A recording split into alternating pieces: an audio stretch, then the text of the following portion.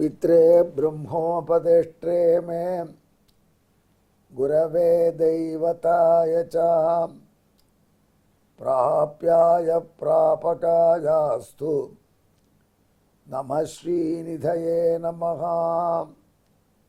नमो वेंकटेशाय।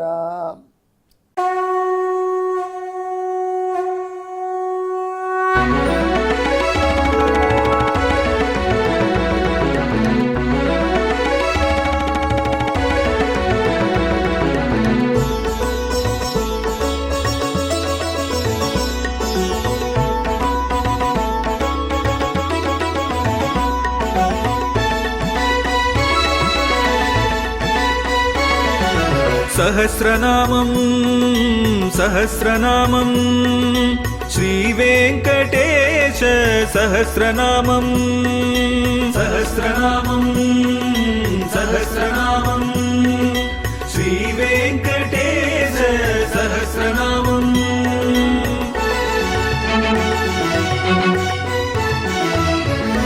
உலகில் கலிவினை தோஷம் அகற்றும் நாமம் சஹஸ்ரநாமம். உயர்வுகளை வாழ்வில் அளிக்கும் நாமம் சஹஸ்ரநாமம். திருமலையில் தினம் அர்ச்சனை நடைபெறும் நாமம் சஹஸ்ரநாமம். திருவேங்கடனின் தரிசனம் காட்டும் நாமம் சஹஸ்ரநாமம்.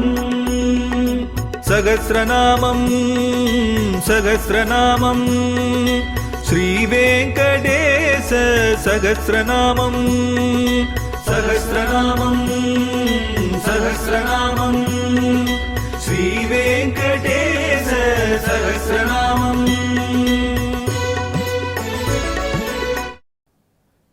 திருவேங்கடமுடையான் திவ்ய சஹஸ்ரநாமத்திலே ஒவ்வொரு நாமமாக அனுபவித்துக் கொண்டு வரும் அடியவர்களே, எஸ்விபிசி சேனல் நேயர்களே, உங்கள் அனைவருக்கும் வணக்கம்.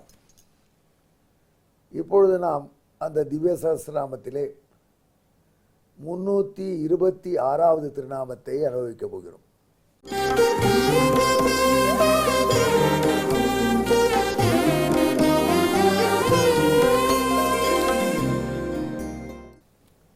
இந்த திருநாமம் சங்கரந்தன தமோபகன் என்பார்.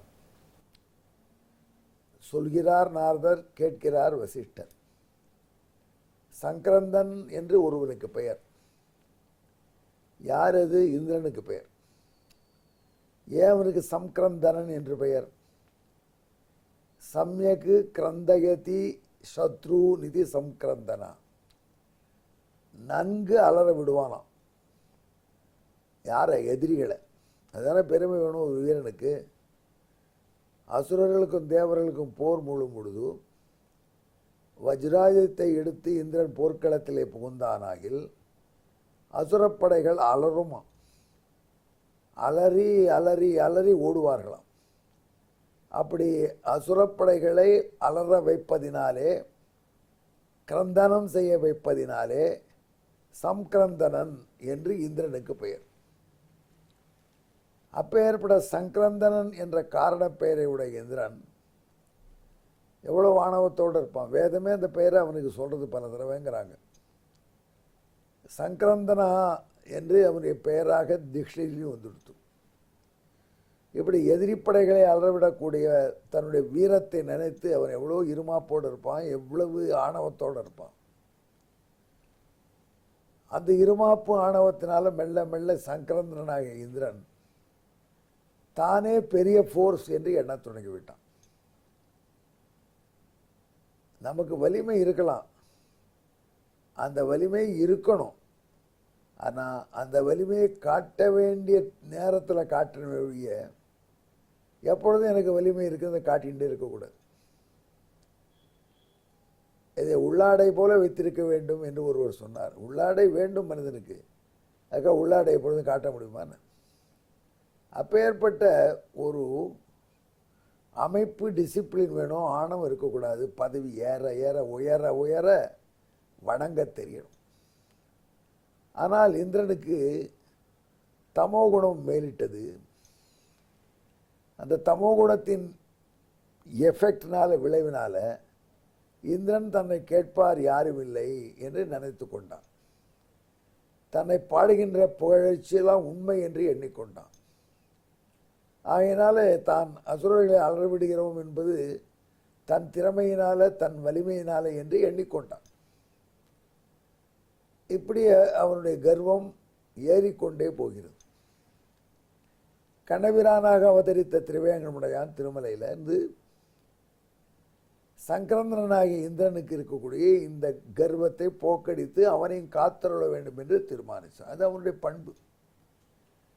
தன் அடியார்களே ஸ்காலித்தியே சிக்ஷிதாரம் என்று நல்ல ஆச்சாரியன் சீடன் தவறும் பொழுது அவனை சிக்ஷை கொடுத்து அவனை நல்மறைவிலே கொண்டு வருவது போல இந்த குட்டி சாத்தான்கள், குட்டி தேவதைகள் இவைகள் பிறவும் போது எம்பெருமான் அவர்களுக்கு சிறிய குட்டி தண்டனை கொடுத்து அவர்களை நல்வழிப்படுத்துவது வழக்கம்.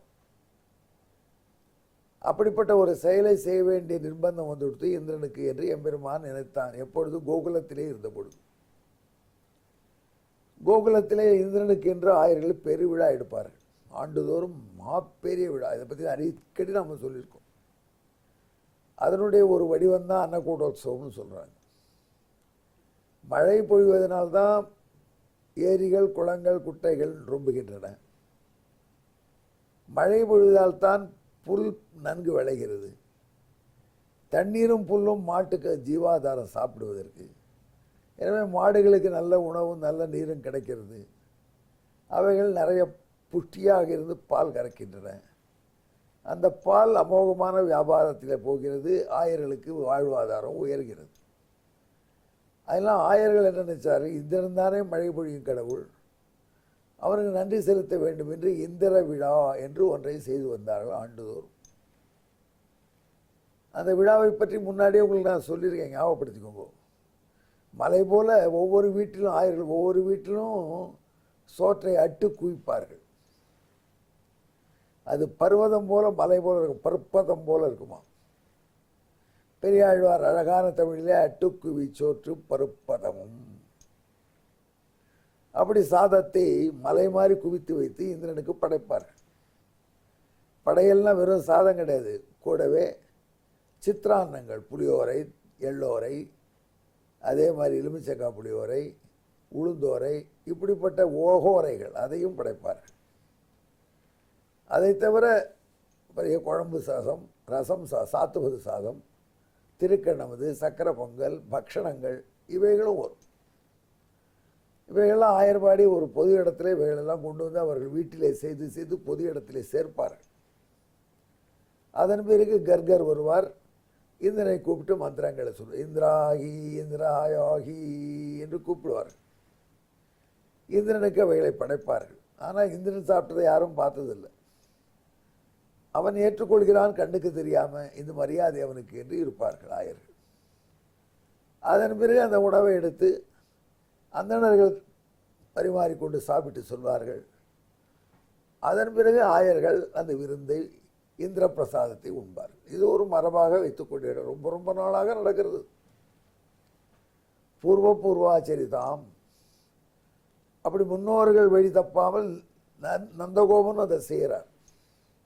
அப்போ கண்ணன் குட்டி குழந்தை, சுட்டி குழந்தை, இவர்கள் படுகின்ற இதெல்லாம் எதுக்கு நமக்கு தெரியும், நடிக்கிறான். இதெல்லாம் இந்திரனை ப்ளீஸ் பண்ணுறதுக்குன்னு. இருந்தாலும் ஒன்றும் தெரியாத போல் மழலையில் கேட்டான் அப்பா கிட்ட. அப்பா இதெல்லாம் என்ன, இப்படி எதுக்கு சோற்று மலையை வெடித்து கொட்டியிருக்கா? இது இந்திர விழாடா பண்ணா. இந்திர விழான்னா நமக்கு மழை தேவை, மழை பொழி வைக்கும் கடவுள் இந்திரன், அவனுக்கு நன்றி செலுத்த இந்த விழா. அப்பா இதில் நான் மழை பொழிவிக்கிறான். இந்த கோவர்தன மலையால் தான்ப்பா மழை. இந்த கோவர்தன மலையில் காடுகள் உள்ளன. அந்த காடுகள் மலை மேல் இருப்பதனால நம்ம போய் அடிக்கடி வெட்டுறதில்லை. காடுகள் நன்றாக இருக்கின்றன. அந்த காடுகள்னால குளிர்ச்சி வருது. அதனால் நிறைய மேகங்கள் தங்கிறது. அந்த மேகங்கள் நமக்கு மழை பொழிகின்றன. இது சாதாரண விஞ்ஞானத்தில் அடிப்படை பாடம்பா. நீங்கள்லாம் இந்திரன் அவன் கொடுக்குறான்னு நினைக்கிறீர்கள். அதனால் இந்த மலைக்கே பூஜை பண்ணுவது தான் சரி. நன்றி செலுத்தணும், பூஜை செய்யணும், மலைக்கல்லவா பண்ணணும். கண்ணன் சொன்ன பிற்பாடு கோகுலத்தில் அப்பீலே கிடையாது. கிருஷ்ணா நீ சொல்லி மலைக்கே பண்ணுவோம். கர்கர் எழுந்தளினார். அவர்கள் புரோகிதர். கர்கரிடம் அந்த கோபன் சொன்னான், சுவாமி மலைக்கே பூஜை பண்ணணும். கோவர்தனைக்கு பூஜையா, அது எப்படி செய்கிறது என்று கேட்டார் கர்கர். அவருக்கே இது புதுசு. என்ன சுவாமிகள் விட்டு கேட்கிறீர்கள், உங்களுக்கு தெரியாதானே, நான் அசிஸ்ட் பண்ணுறேன் என்றது குழந்தை கிருஷ்ணன். புரிந்து கொண்டார் கர்கர். பர்வதத்துக்கு பூஜை செய்தார். மலை போல வடிவம் எடுத்துக்கொண்டு கண்ணபிரான் மலை மீது காட்சியளித்து எல்லாரையும் புன்முறுவல் பூத்து எல்லாரையும் தன்னுடைய அகன்ற நீண்ட பெரிய தாமரைக்கல்களால் நல்வரவு சொல்லி அருள் பாலித்து இந்த உணவை தானே எடுத்து சாப்பிடுவதே 1000 கண்ணாலே பார்த்தார்கள். அப்படி தான் கோவர்தனன் என்று சொல்லிக்கொண்டு சாப்பிட்டான் உணவை. அது தேவேந்திரனுக்கு பூஜை என்பது நிறுத்தப்பட்டு விட்டது. தேவேந்திரன் இந்திரா யஸ்வாஹா என்ற கர்கர் மந்திரம் சொல்லி போடுவார் அக்னியில் ஒரு உருண்டை சாதம். அந்த சாதம் அவனுக்கு வரதில்லை, அதனுடைய எசன்ஸ் மட்டும் அக்னி கொண்டு போய் கொடுக்கணும். அதான் எல்லாம் இங்கே நந்தகோபுரத்தில் கிருஷ்ணனே சாப்பிடுச்சு எப்படி வரும்? அக்னியில் ஹோமம் கிடையாது, நேராக கோவர்தனத்துக்கு ஹோமமாக கோவர்தனத்தின் வாயில் வைக்கிறார். பூலோகத்திலே தர்மத்தை சம்ஸ்தாபனம் பண்ணுவதற்கு போன கிருஷ்ணன் அந்த தர்மத்தின் சனாதன தர்மத்தின் ஒரு பகுதியாக என் பூஜையை தடுத்து நிறுத்தியிருக்கான்.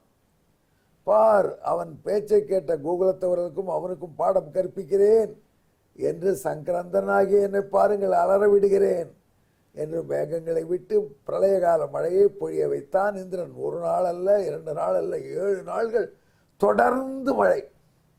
வெறும் மழையில் ஆலாங்கட்டி மழை. அப்படி மழை பொழிவது, மக்கள் இடத்து தங்காமல் தவிச்ச பொழுது கோவர்தனத்தை கொடையாக பிடித்தான் கண்ணபிரான். அதன் கீழே மக்கள் இருந்தார்கள். ரொட்டீன் லைஃப் நடக்க ஆரம்பிச்சிருச்சு. கீழே இருந்தே மலையில் மரத்தை முறித்து அடுப்பை மூட்டினாங்க. மலை அரிசி அந்த மூங்கில் அரிசி எடுத்தாங்க, சமைச்சாங்க. இருக்கிற புளிகளெல்லாம் கொண்டு வந்துட்டாங்க. மலைக்குள்ளே ரசம் பண்ணாங்க, புளியோரை பண்ணாங்க.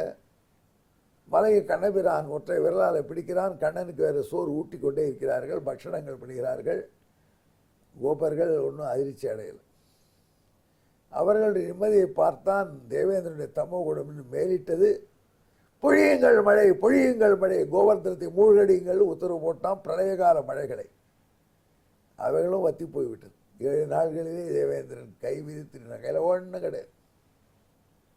அப்பேற்பட்ட நிலையில் தேவேந்திரன் செய்வதறியாமல் தவித்து பிரகஸ்பதியின் அறிவுரையின் பேரில் கோகுலத்திலே கண்ணனுக்கு பிடித்த பசுவாகிய சொர்க்கலோகத்து பசுவாகிய காமதேனுவை முன்னே நிறுத்தி பின்னே ஒளிந்து கொண்டு வந்து நின்று இந்திரன் மன்னிப்பு கேட்டான். இப்படி எல்லாரையும் அலறவிடும் இந்திரனை அலறவிட்டு அவன் தமோ குணத்தை போக்கடித்து குன்று குடையா எடுத்த கோவிந்தனுடைய குணத்தை வைத்து சங்கரந்தன தமோபகன் என்று பெயர் சூட்டுகிறார் நாரதர்.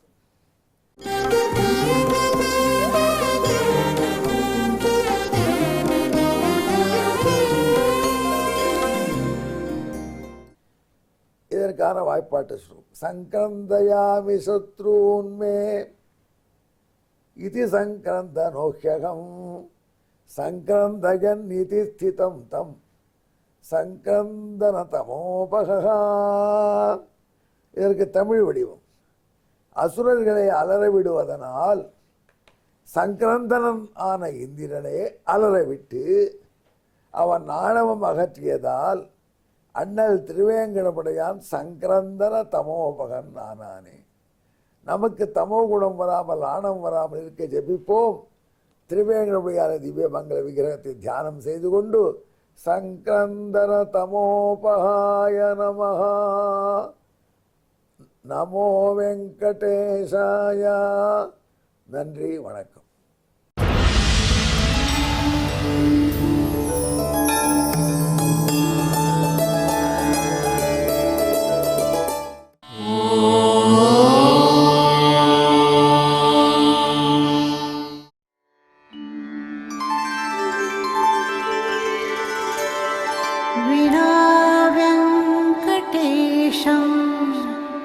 ननाथो ननाथः सदा वेङ्कटेशं स्मरामि स्मरामि. हरे वेङ्कटेश प्रसीद प्रसीद प्रियं वेङ्कटेश प्रयच्छ प्रयच्छ